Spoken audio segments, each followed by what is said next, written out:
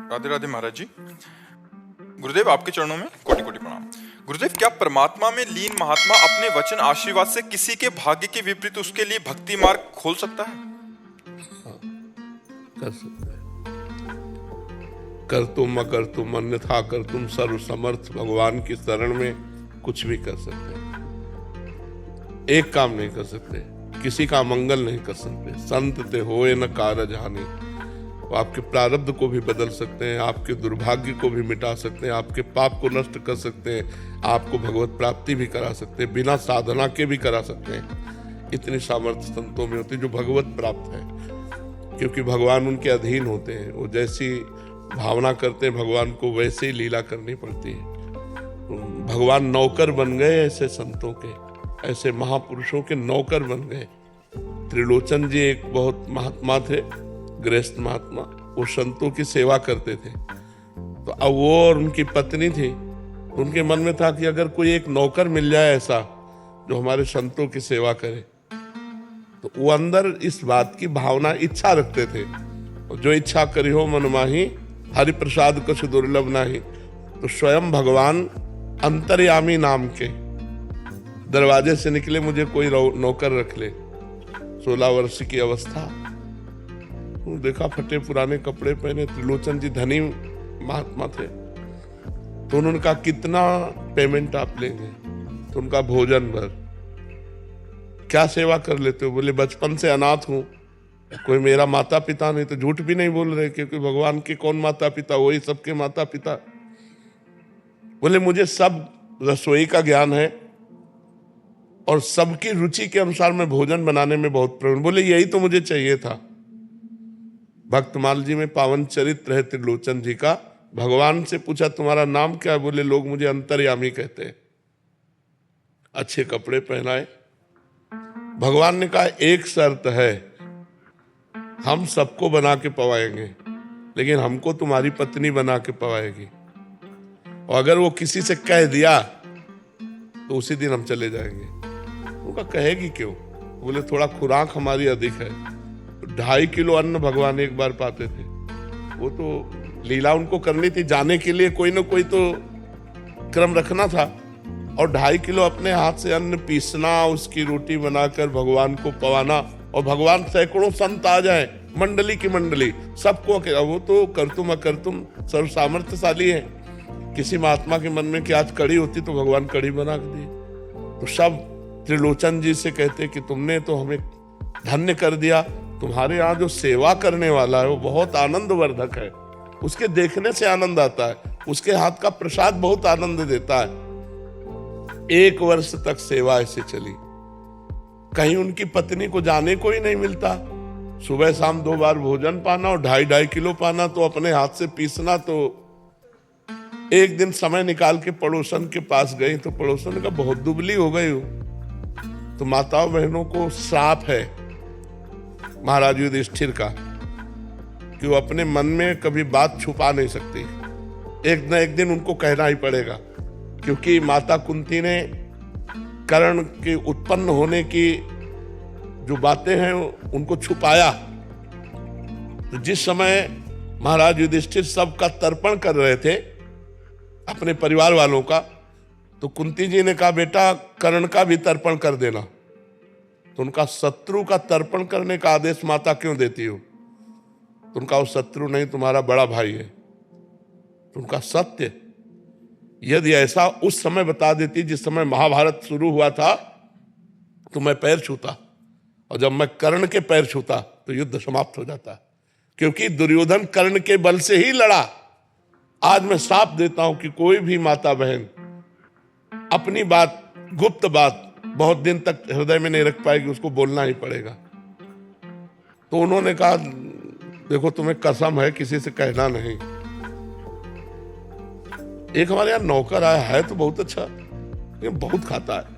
2.5 kilo सुबह खाता है, 2.5 किलो शाम के खाता है। कहना नहीं किसी से। उसने पड़ोस वाले से कहा कसम है तुम्हें कहना नहीं किसी से। इनके यहाँ नौकर आया 2.5, वो पूरे बोलने में बात, और सब किसी से कि किसी से नहीं कहला, और वो कह सबसे रही है और कसम धरवा के कह रही है। ये जब बात हुई तो त्रिलोचन जी ने देखा कि अंतर्यामी है ही नहीं, तो उनका गलती क्या हो गई मेरे से? पत्नी से पूछा किसी से कहा क्या? उनका हाँ हमने कह दिया। बोले इसीलिए वो चला गया। बहुत रोए। जब रोए तो भगवान प्रकट हो गए अपने रूप में और कहा मैं ही नौकर था, तुम संत सेवा की भावना करना चाहते थे, भक्तों के भगवान नौकर बन गए। अगर भक्त चाहे कि तुम्हारा भाग्य मिट जाए तो क्यों नहीं मिट जाएगा? इनके भाग्य में सन्यास थोड़ी लिखा था। आर्मी में थे तो भाग्य बदला ना, संग से ही तो रंग चढ़ा। नहीं, बड़े बड़े ऑफिसर रैंक के बच्चे अपने नौकरी छोड़कर बाबा जी बन गए तो क्यों बन गए? संग के रंग से बन गए ना।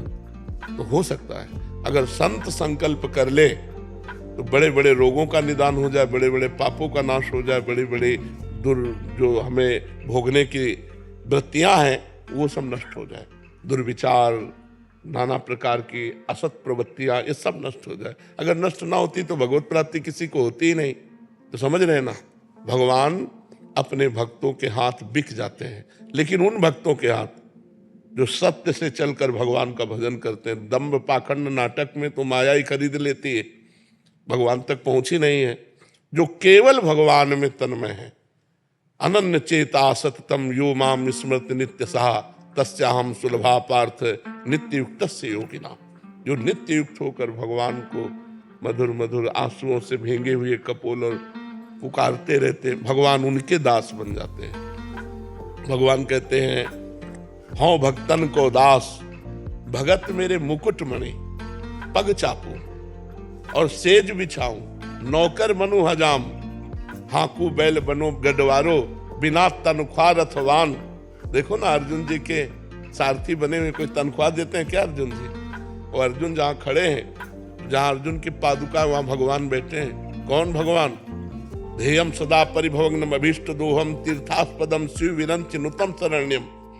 भगवान ब्रह्मा शंकर आदि जिनके चरणों की वंदना करते हैं, वो भगवान श्री कृष्ण वहां बैठे हैं जहां अर्जुन की पादुका है।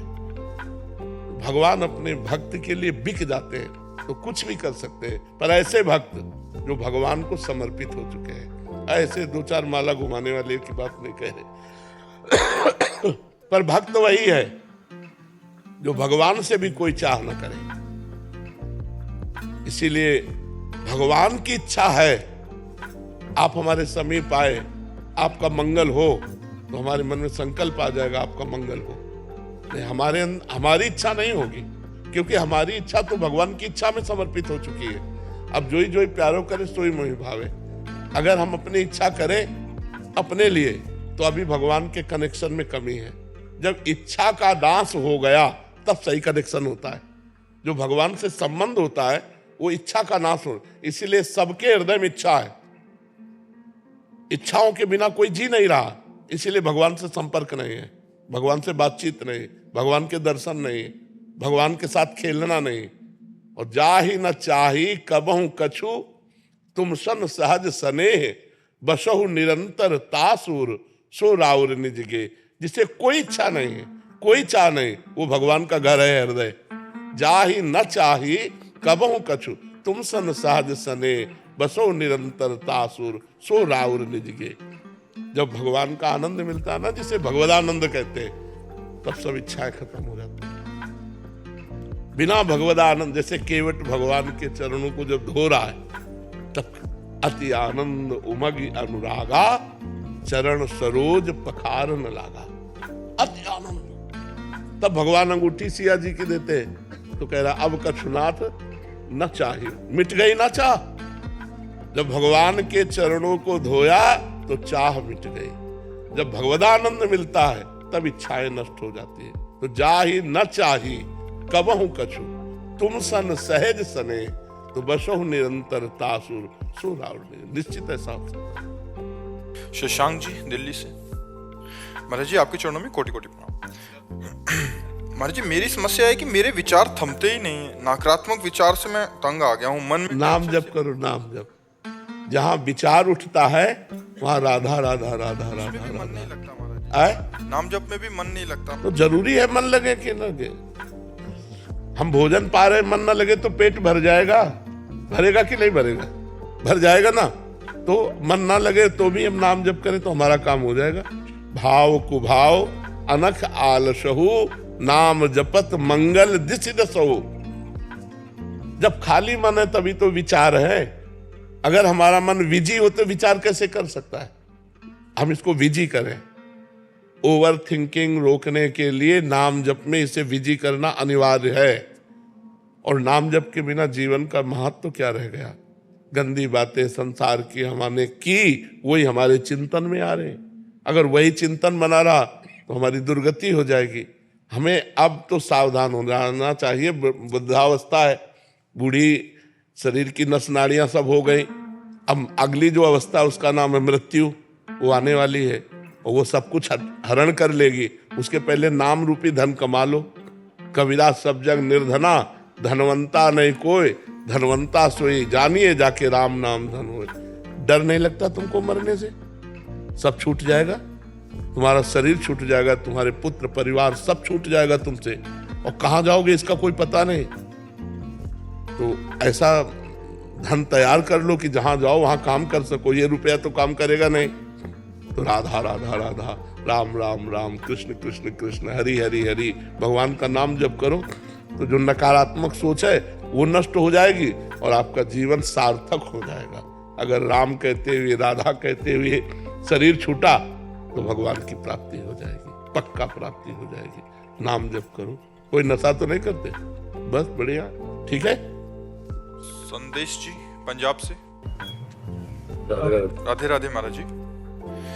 महाराज जी आपके चरणों में कोटि कोटि प्रणाम। महाराज जी, चिंतन को अड़िग प्रभु से जोड़ने के लिए क्या करना चाहिए, या सिर्फ ये कृपा से ही हो संभव है? नहीं, इसके लिए सात्विक आहार, सात्विक दर्शन, सात्विक भाषण, सात्विक श्रवण ये अनिवार्य है। जैसे हमारा भोजन है वो सात्विक होना चाहिए, तनिक भी अपवित्रता नहीं होनी चाहिए, तब हमारा चिंतन भगवान से जुड़ेगा। पेय पदार्थ सात्विक होना चाहिए। हमारा दर्शन जैसे मोबाइल में है या बाहर है, सात्विक होना चाहिए। अगर हम गंदा दर्शन करते हैं मोबाइल में या बाहर गंदा भाव रखते हैं फिर भजन नहीं होने वाला। हमारा खान पान सही होना चाहिए, हमारा देखना सही होना चाहिए, हमारा सुनना सही होना चाहिए, हमारा बोलना सही होना चाहिए। इनका भजन में बहुत योगदान है। देखो, हम पर कृपा तो हो चुकी है। अगर कृपा न होती तो मनुष्य शरीर न मिलता, मनुष्य शरीर मिलकर के हमको साधु संग न मिलता। अब मोहि भाव भरोस हनुमंता, बिनु हरि कृपा मिले नहीं संता। तो संतों के संग में बैठे तो इसका मतलब आप कृपा पात्र तो भगवान के हो। अब आपको प्रयास करना पड़ेगा कि आपका खान पान जो भी है वो बहुत पवित्र होना चाहिए, भगवान को अर्पित किया हुआ पवित्र भोजन, पवित्र विचार, पवित्र दर्शन, और कोशिश करें पवित्र लोगों का संग। अब जैसे गंदे विचार वाले लोग हैं, गंदे आचरण करते हैं, उनका संग करेंगे तो उनके जो परमाणु हैं वो हमको बलात् गंदगी की सोचने के लिए विवश करेंगे। गंदी क्रियाओं का हमारे अंदर चिंतन होने लगेगा, गंदी बातें हमें अच्छी लगने लगेंगी। कुसंग और सत्संग अपना प्रभाव रखता है, कुसंग अपना प्रभाव रखता है, सत्संग अपना प्रभाव रखता है। तो हमें सत्संग करना है, सही बातें बोलना है, सही बातें सुनना है, सही बातें देखना है, पवित्र भोजन पाना है और प्रयास करना है कि भगवान का बार बार नाम जप हो। फिर आप देखो आपकी उन्नति हो जाएगी अध्यात्म में। अब गंदा भोजन, गंदे विचार, गंदा दृश्य जो मन आया और टीवी में देख लिया, मोबाइल में देख लिया, वो चिंतन हमारे अंदर जैसे सीसी कैमरा होता है ना, वो सब कवर करता रहता है, बिना खींचे खींच जाता है। ऐसे ही मन में भगवान की तरफ से सीसी कैमरा है, वो जो देखता है, जो सुनता है, जो बोलता है, वही सब खींच लेता है। और जब आप भजन में बैठोगे तो वही सब दिखाएगा आपको। तो लगता है यार, भजन के पहले तो इतना गंदी बात नहीं आती थी, जब हम भजन करने लगे तो कितनी गंदी बात आती। तो हमको अपने सीसी कैमरे के सामने गंदी बातें नहीं लानी, गंदे दृश्य नहीं सोचना, गंदी क्रियाएं नहीं करना, तब भजन मार्ग बड़ा पवित्र मार्ग है। देखो, आपका शरीर पवित्र, आपका वस्त्र पवित्र, आपके विचार पवित्र, तो परम पवित्र भगवान का भजन बनेगा। ऐसे भजन में कहाँ फिर रुचि हो पाएगी। पापवंत कर सहज स्वभाव, भजन मोर ते भाव न काऊ। मनुष्य जीवन मिला है ऊंचाई पर चढ़ने के लिए, क्योंकि 83,99,900 से 99 योनियों में सबसे ऊंचाई पर है, टॉप पे ये मनुष्य देह।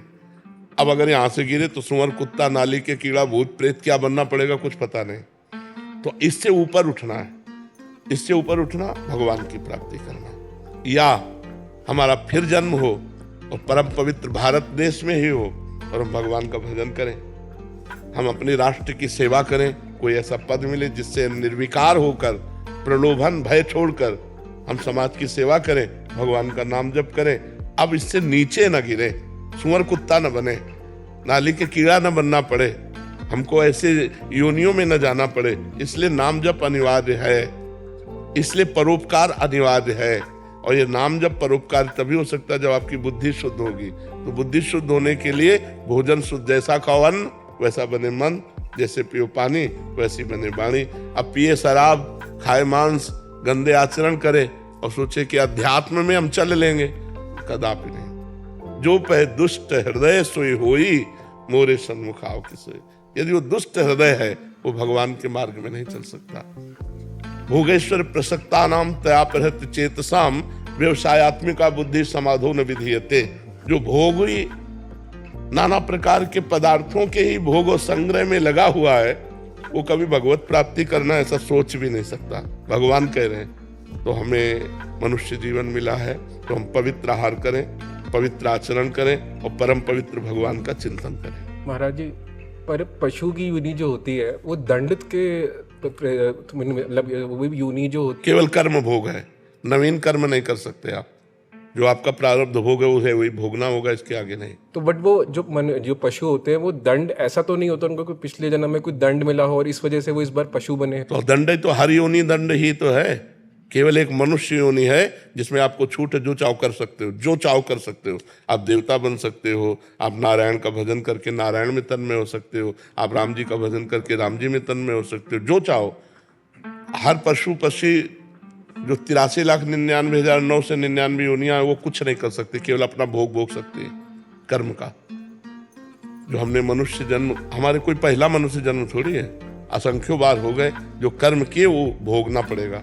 फिर भगवान ने अब चांस दिया कि मिटा लो साले कर्मों को, भजन करके परोपकार करके अपने अशुभ कर्मों को मिटा दो। तो हम भूल गए, फिर यहाँ आ गए वही लड़का बच्चा, पढ़ाई लिखाई, रुपया पैसा, खान पान, मौज मस्ती, फिर मर गए, फिर वही सुअर कुत्ता बने जाकर के, फिर नाना प्रकार की भोग योनियां।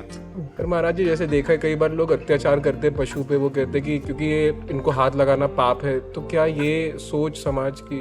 नहीं, पशु को हाथ लगाना पाप नहीं, ऐसा नहीं है। कभी कहीं किसी शास्त्र में ऐसा नहीं लिखा।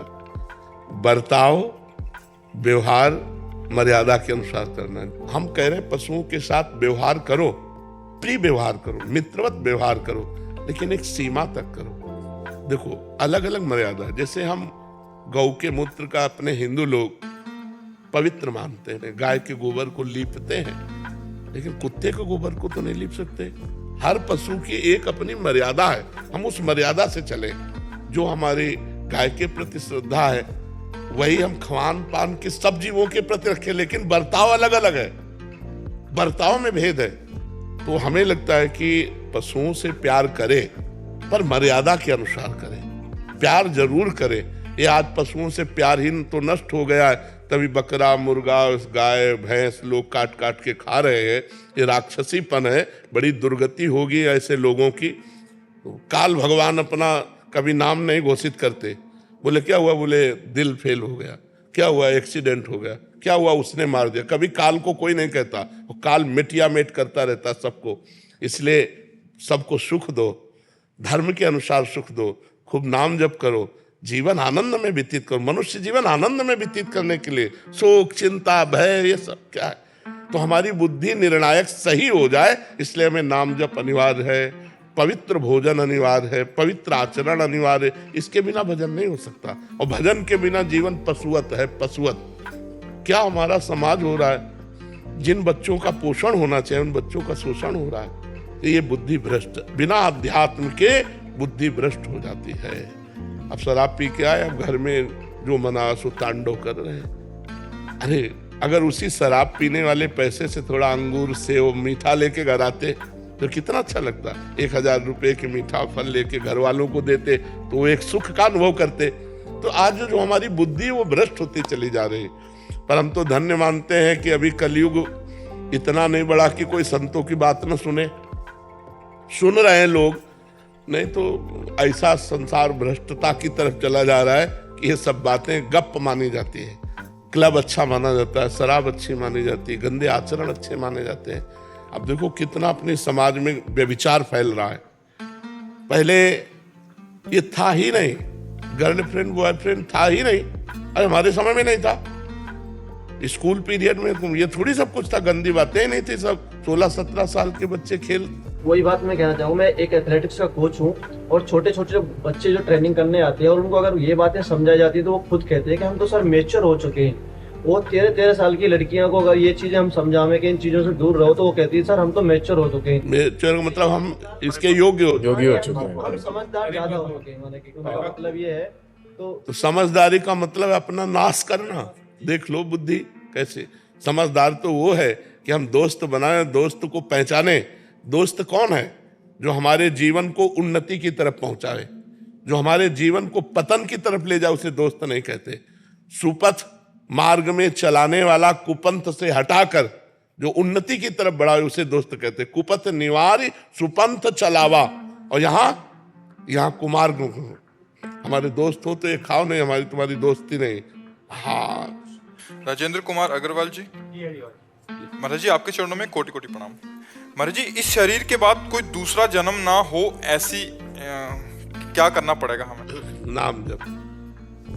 जासु नाम भव भेषज हरन घोर त्रयशूल, सोई कृपाल तुहि मोहि पर रहो सदा अनुकूल। इस संसार रूपी रोग की अचूक औषधि भगवान का नाम है। जासु नाम भव भेषज। कलयुग केवल नाम आधारा, सुमिर सुमिर नर उतरहि पारा। अगर हम भव समुद्र से पार जाना चाहते हैं तो भगवान का मंगलमय नाम हर समय जपते रहे। राधा राधा, कृष्ण कृष्ण, राम राम, शिव शिव। जो नाम प्रिय हो, सब नाम भगवान के सामर्थ्यशाली हैं, बराबर महिमा है सब नामों की। जो नाम गुरु से मिले या जो नाम प्रिय हो, उस नाम को निरंतर जपने का अभ्यास करो। निरंतर इसलिए कि किसी भी समय हमारी मृत्यु हो सकती है। अगर हम ऐसे समय मरे जिस समय भगवान का स्मरण नहीं चल रहा है तो हमारी गति बिगड़ जाएगी। अगर भगवान का स्मरण करते हुए मरे तो भगवान की निश्चित प्राप्ति होगी। इसलिए कलयुग में नाम जप की बहुत बड़ी महिमा है। नाम का ही प्रताप भगवत प्राप्ति कराता है। अन्य साधनों में इतनी सामर्थ्य नहीं रह गई। बहुत इच्छा है महाराज वृंदावन वास करने का। अब देख लो आपके पास अर्थव्यवस्था हो, क्योंकि अब वृंदावन अर्थव्यवस्था बहुत चाहिए। देख लो अपने अनुसार, अपने सामर्थ्य को देख लो। कृष्णा जी, राधे राधे महाराज जी। राधे राधे महाराज जी। महाराज जी, मुझे नकारात्मक ऊर्जा पे विश्वास करना चाहिए या नहीं? वो निगेटिव तो इतना चली जाएगी कि डिप्रेशन में पहुंचा देगी। अगर नकारात्मक ऊर्जा पर विश्वास करते जाओगे तो या तो आपको राक्षस बना देगी या तो आपको डिप्रेशन में पहुंचा देगी। इससे तो लड़ करके इसको मिटाना चाहिए। महाराज जी, आजकल जो प्रचलन चल रहा है, जैसे हम ग्रामीण इलाके में देखते हैं कि जो नकारात्मक ऊर्जा जिसको भूत प्रेत का नाम दिया जाता है सामान्यतः। अच्छा, आप देखो क्या होता है कि जब तक आप वो पॉइंट नहीं बोलेंगे तो केवल नकारात्मक ऊर्जा का हमने उत्तर दिया है। अब जैसे भूत प्रेत की बात करी, अब ये अलग डिपार्टमेंट हो गया। ये सबकी नकारात्मक ऊर्जा में नहीं रहता, ये पर्सनल आवेश होता है कभी कभी।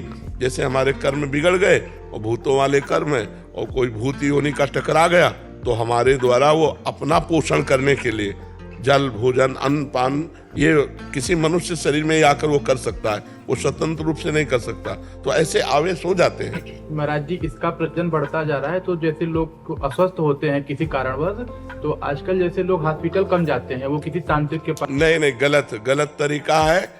हाँ, हम ये नहीं कह रहे कि भूत आवेश नहीं होता है। गोकर्ण जी के सामने भी भूत प्रकट हुआ था, शास्त्रों में वर्णन भी आता है। तो भूत आवेश होता है। अगर भूत आवेश है और किसी ऐसे के पास जाया जाए और ठीक हो रहा है तो बात अलग है। लेकिन सर में दर्द, पेट में दर्द, चक्कर आना, और कई प्रकार के रोग हो सकते हैं। सबको भूत आवेश साबित करना ठीक नहीं है, उसको डॉक्टरों से जांच करानी चाहिए। अगर डॉक्टरों की जांच में वो बात नहीं आती है और फिर ऐसा है, हमें तो विश्वास भगवान के नाम पर है कि यदि भगवान के नाम का कीर्तन किया जाए, भगवान के नाम का जप किया जाए तो भूत प्रेत का आवेश आएगा ही नहीं। अगर होगा भी तो नष्ट हो जाएगा। महाराज जी, ग्रामीण एरिया में ना ये चीजें बहुत ज्यादा बढ़ती जा रही है और कभी कभी लोग बलि दे देते हैं या इसका बहुत ये सब मूर्खता है, ये सब मूर्खता है। किसी जीव की हत्या से किसी जीव को चैन मिलने वाला नहीं है, ये तो मूर्खता है। इसका किला के चक्कर में कई लोगों की जान चली जाती है। हाँ, नहीं जाते हैं, तांत्रिक के पास ही रह जाते हैं अंततः। नहीं, वैसे डॉक्टरों के पास जाना ज्यादा उचित है, क्योंकि सबको भूतावेश थोड़ी होता है। ये तो कभी कदाचित किसी को ऐसा आवेश हो जाता होगा, नहीं तो ऐसे सबको कई प्रकार के रोग हैं, कई प्रकार की बीमारियां, और डॉक्टरों से जानकारी करनी चाहिए। तांत्रिकों से इसका क्या संबंध है? तांत्रिकों से तो संबंध उतना अच्छा, शुद्ध तांत्रिक मिलने भी मुश्किल है कि जो शास्त्रीय मर्यादा से मंत्रों को सिद्ध किए हों। ऐसे कहा ड्रामेबाजी ज्यादा होती है, नाटकबाजी ज्यादा होती है, तो हमें लगता है इससे भी बचना चाहिए। नहीं तो कई ऐसे तांत्रिकों के चरित्र सुनने को आए हैं जो चरित्रहीनता के आचरण किए हैं, तो दूर भी रहना चाहिए, नहीं तो अपनी पवित्रता भी नष्ट हो जाएगी। भगवान पर भरोसा करके नाम जप करो, अच्छे आचरण करो, भूत प्रेत छुएगा ही नहीं। देखो हनुमान चालीसा में है कि नहीं, भूत पिशाच निकट नहीं आवे, महावीर जो नाम सुना। अगर हनुमान जी का स्मरण को तो भूत प्रेत आएगा ही नहीं, तांत्रिक के पास जाने की जरूरत नहीं। सबसे बड़े महात्मा हनुमान जी महाराज है, परम पवित्र, उनका स्मरण करो तो भूत पिशाच निकट नहीं आवे, महावीर जब नाम सुनावे। तो हमें लगता है कि सत्संग सुनना चाहिए। सत्संग से ज्ञान की जागृति होती है, तो यह ज्ञान की छोटी मोटी सब बातें नष्ट हो जाती हैं।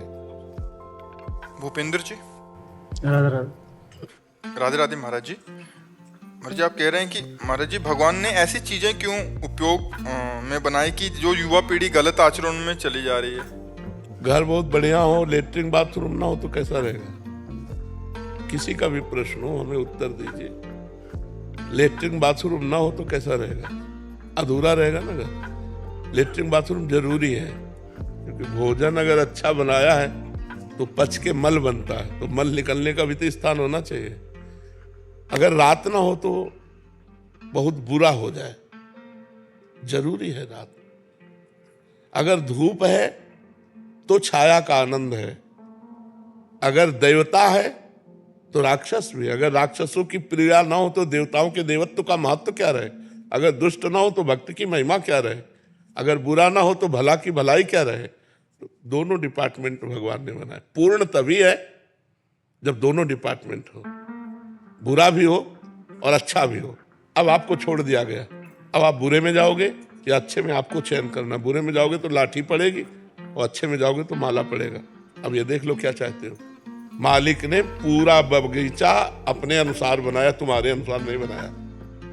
अब उसमें रख दिया कि ये छुओगे तो इसका ये फल है, ये खाओगे तो इसका ये फल है, ये करोगे तो इसका ये फल है। अब तुम क्या करते हो ये तुम देख लो। अगर बुरा ना बनता तो अच्छाई का कोई महत्व नहीं होता। अगर धूप ना हो तो छाया का कोई महत्व नहीं है। अगर अंधकार ना हो तो प्रकाश का कोई महत्व नहीं है। अगर राक्षसी प्रवृत्ति ना हो तो दैवत्व का कोई महत्व नहीं है। महत्व तभी होता है जब विपक्ष हो। क्यों? विपक्ष होना अनिवार्य है। खेल दो में होता है, पार्टी दो होनी चाहिए। तो फिर प्रश्न कैसे बनता है कि दो पार्टी क्यों रच दी? एक बुरा एक अच्छा। अच्छा ही अच्छा होता तो मजा नहीं आता अच्छा अच्छा में। जब बुरा और अच्छा, तब आनंद आता है कि हम बुराइयों से लड़कर अच्छाई को प्राप्त हों। हम गंदी बातों का त्याग करके, और जो गंदी बातों को प्राप्त करते हैं उनका गंदा हिसाब है। जो अच्छे मार्ग में चलते हो अच्छे मार्ग। अब आज हमारे समाज को जो सुधारने की बात है वो दो से सुधरती, शास्त्र और संत जन। क्योंकि ये खाना चाहिए, ये नहीं खाना चाहिए, ऐसे बैठना चाहिए, ऐसे करना चाहिए, ये शास्त्र जानते हैं। भगवान की आज्ञा शास्त्र है और शास्त्र को संत जन जानते हैं। तो संतों के द्वारा शास्त्र की बातें जब समाज में जाएंगी तो हमारी नई पीढ़ी सुधरेगी। आप ऐसा नहीं कह सकते कि अब इस समय सुधार में नहीं। अब सब सुधार में तो नहीं होंगे। जहां जहां तक बात पहुंच रही है, जो बात को मान रहे हैं, तो हमें लग रहा है लाखों नवयुवक सही मार्ग की तरफ चल रहे हैं, लाखों।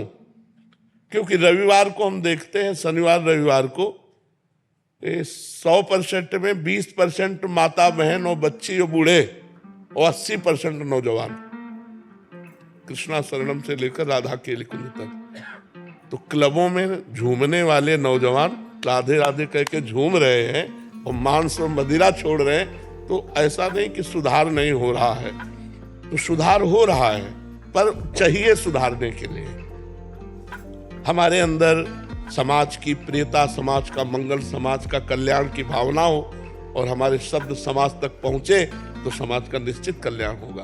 तो भगवान ने बुराई बनाई है, क्योंकि बुरा जब है तभी भलाई का महत्व है। अगर बुरा ना हो तो भलाई का महत्व नहीं, अगर धूप का कष्ट ना हो तो छाया का सुख नहीं है। नहीं, यही शौचालय है, मूत्राशय और मलाशय तो यही है ना, और ये मुख है। अगर ये ना हो तो ये भी काम नहीं करेगा। खाए और सब जमा रहे, उसको निकलना है। सब चीज भगवान ने सोच समझ के बनाई। भगवान है, तुम्हारी सलाह की जरूरत नहीं। क्यों?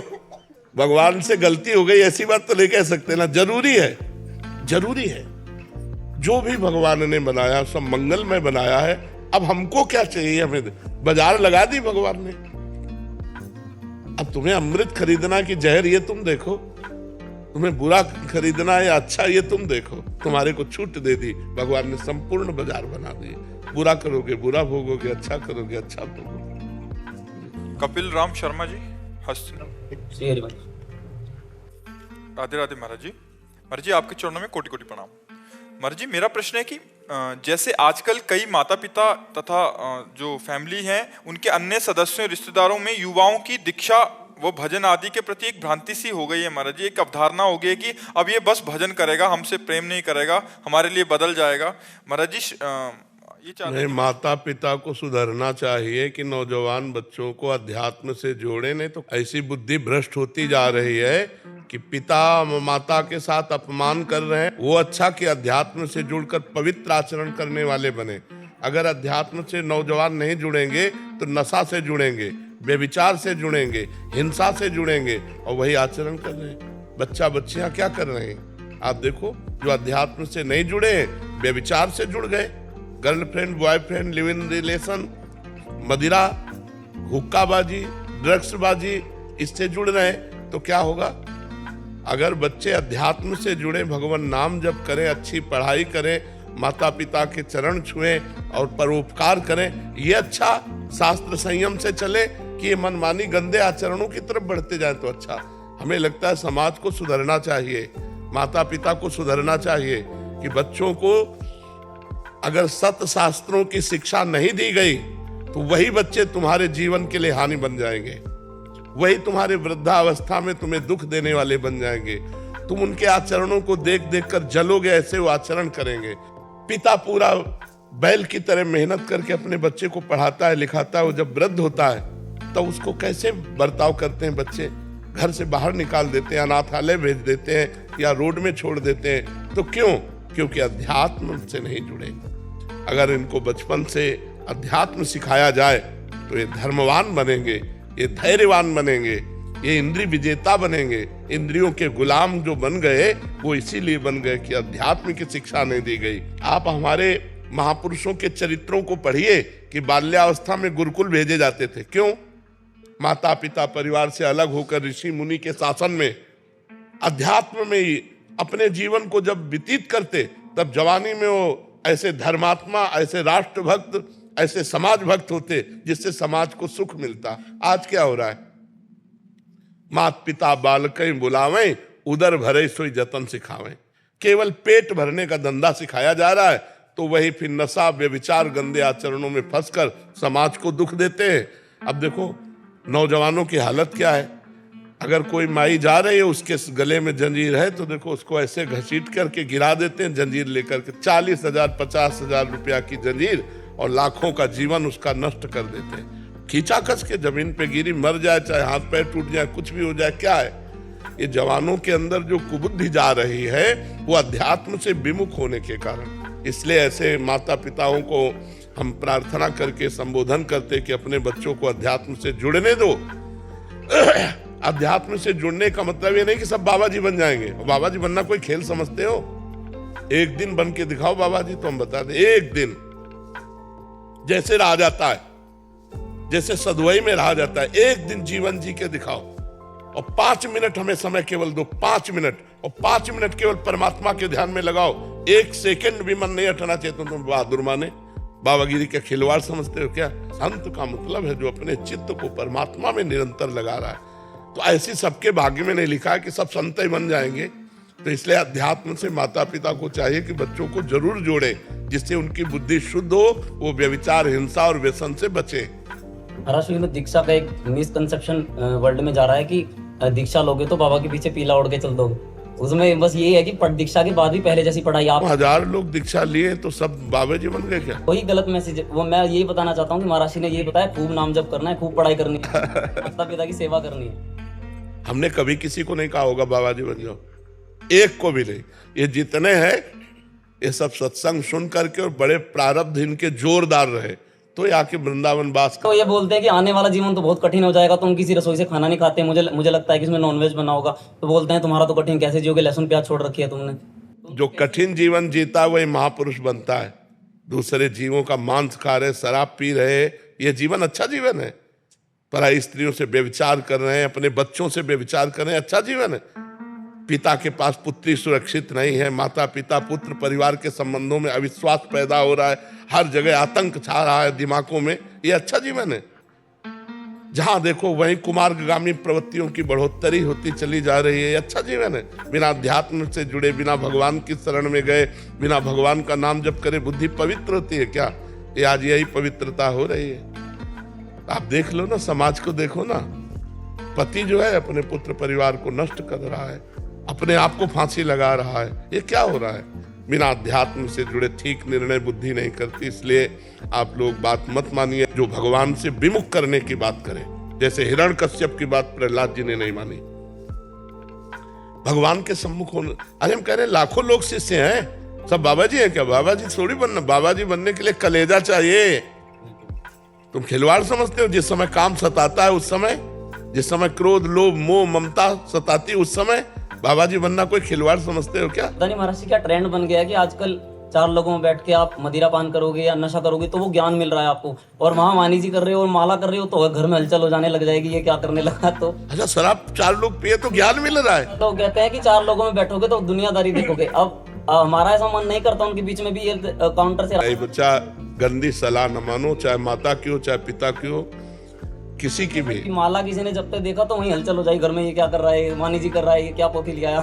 हाँ नहीं, आप सत्मार्ग में चलो और माता पिता के चरण छुओ। आपकी तरफ से गलती न होने पाए, वो यदि गलत उपदेश करें तो मानना नहीं।